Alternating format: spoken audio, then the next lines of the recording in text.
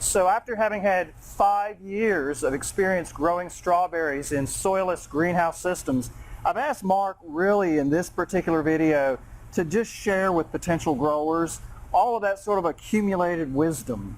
You know, all those things, either, I guess we share that disasters, successes, but if you had a grower here who's watched the videos that we've done and posted, but you wanted to reiterate or give some final thoughts to or important points to be careful about or to think about, what would those be?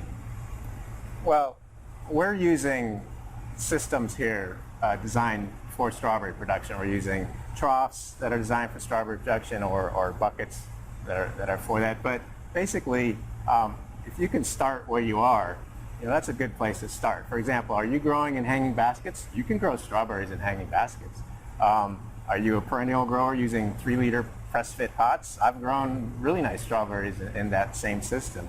So, you know, if you're interested in growing strawberries, you don't need to go out and buy strawberry specific materials. You can start where you are, and that's also, you know, a better way to move into the process. Greenhouses, you know, strawberries like it cool. And you can get pretty cold at night. I mean, 45 degrees at night is not a problem for strawberries. So, you know, do you have a minimum heat house and that's all you got? That's good enough. More control is always better. Anytime you add control, you can always improve the results from your crop. But again, if you're trying to start and that's what you have, you know, minimum heat is good enough. So what kind of temperatures would you recommend if someone, you know, wants to do this and conserve energy and go on the cooler side? What do you think is a good target for them on temperatures? Well, we have a daytime target of about 25 degrees centigrade, so roughly 77 degrees Fahrenheit. At night, we are cooling to about 11 or 12 degrees centigrade, so a little above 50 degrees, if that's correct. And you want that because you want cool nighttime temperatures while you have fruit, because that really maintains your fruit quality. Okay. If you get too warm at night, you know, you really are going to lose your fruit quality. So you got to be able to be cool at night. But in wintertime production, in most places, that's even in Arizona, that's possible. So the other thing is we've used a few different cultivars here, but I really encourage people who are just starting to start with as many cultivars as you practically can. Plants are pretty inexpensive, you know, 15 to 20 cents a piece.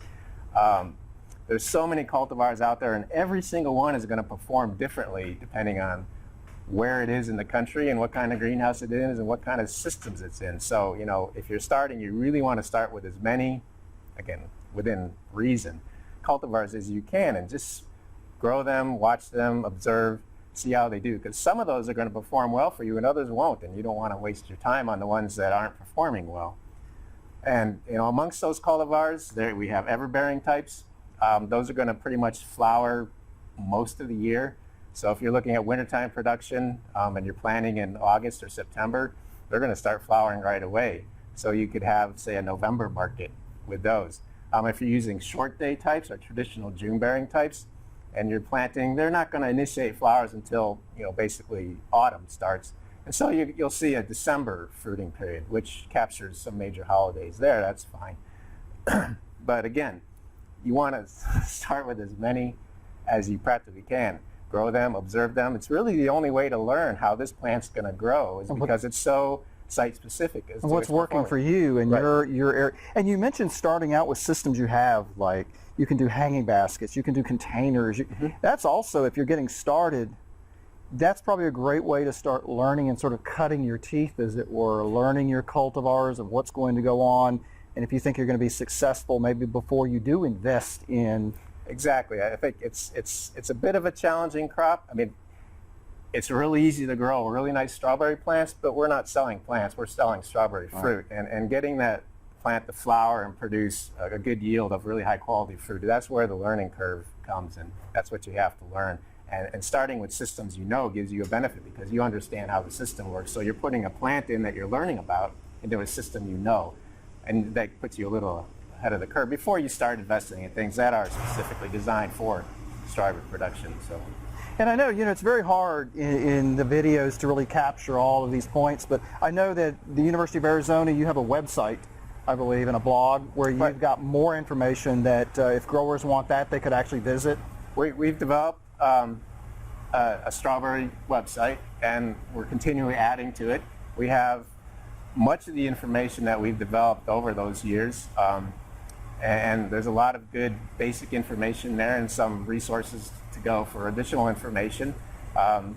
It's a really good place to go because there just hasn't been a lot of information on greenhouse strawberry production in the U.S. anyway. So that's a good starting point to find information on specifics of substrates or IPM or temperature responses and things like that. Well, that'll be another great resource in addition to this YouTube channel, is for them to actually visit the University of Arizona material. I hope so. And learn from that as well.